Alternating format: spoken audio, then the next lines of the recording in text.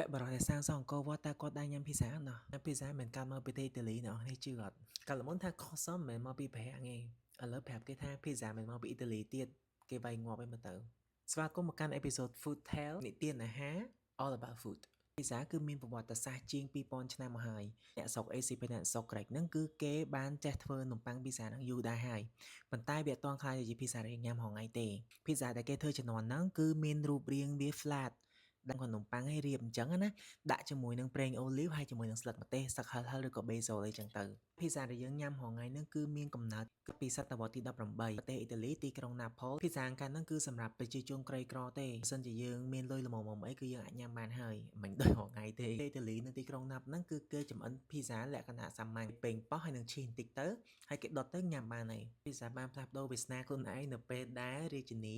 Margarita គាត់បានភ្លក់នៅភីហ្សាហ្នឹងនី Margarita ហ្នឹងគាត់បានចង់ចុះទៅមើលប្រជាជនរបស់គាត់ទៀតគាត់ក៏បានចង់ភ្លក់ម្ហូបរបស់ប្រជាជន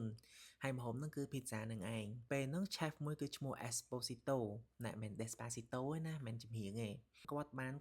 ចំអិនភីហ្សាមួយជូនម្ចាស់ស្ត្រីហ្នឹងដោយបាននិយាយថាភីហ្សានេះគឺតំណាងឲ្យទង់ជាតិប្រទេសអ៊ីតាលី topping ពណ៌ក្រហមបៃតងហើយនឹងសហ្នឹងគឺ cheese ក្រហមគឺប៉េងប៉ោះហើយបៃតងនោះគឺអាស្លឹក basil ស្លឹកដែលគេដាក់ពីលើនឹងឯង